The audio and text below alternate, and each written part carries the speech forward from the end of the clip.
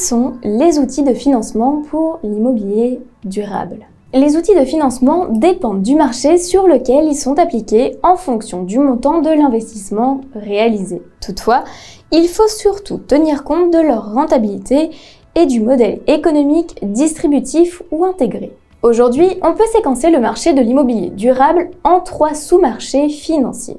Le marché immobilier durable a vocation sociale. Il intègre la précarité énergétique immobilière. Il a pour caractéristique d'être peu ou pas rentable, diffus, avec des investissements faibles unitairement, à savoir 10 à 20 K euros en moyenne, avec une qualité des emprunteurs fragile. Ils ont des difficultés financières pour investir eux-mêmes dans les investissements.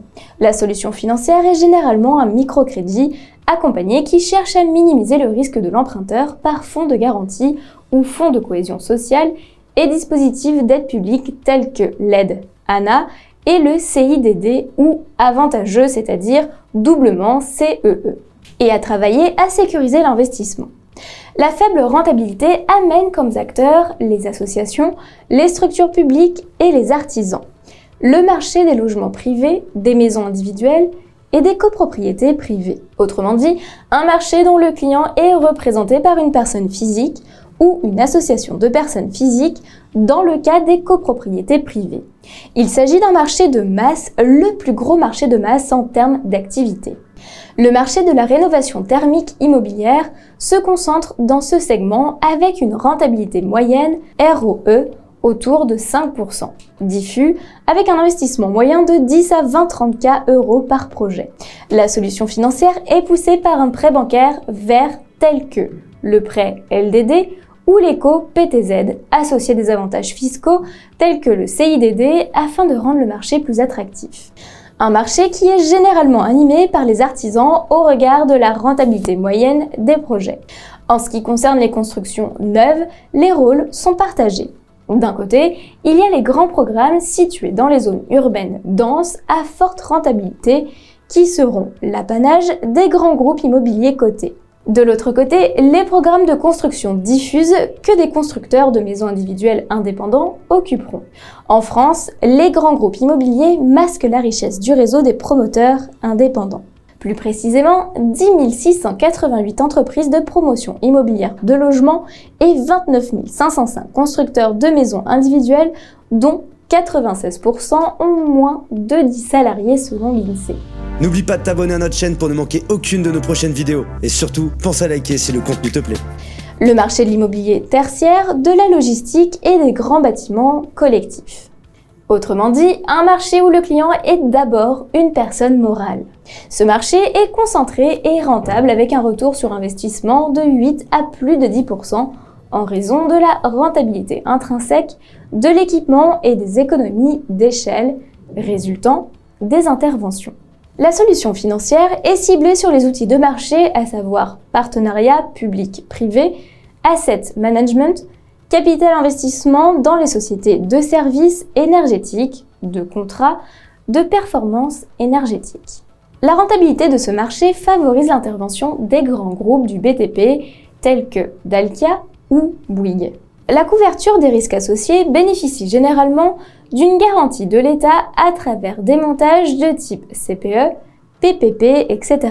À travers cette répartition du marché de l'immobilier durable, on peut voir clairement le fait que le gros du marché en volume, celui de la rénovation énergétique immobilière, est concentré sur les projets diffus et à rentabilité inférieure à celle des marchés.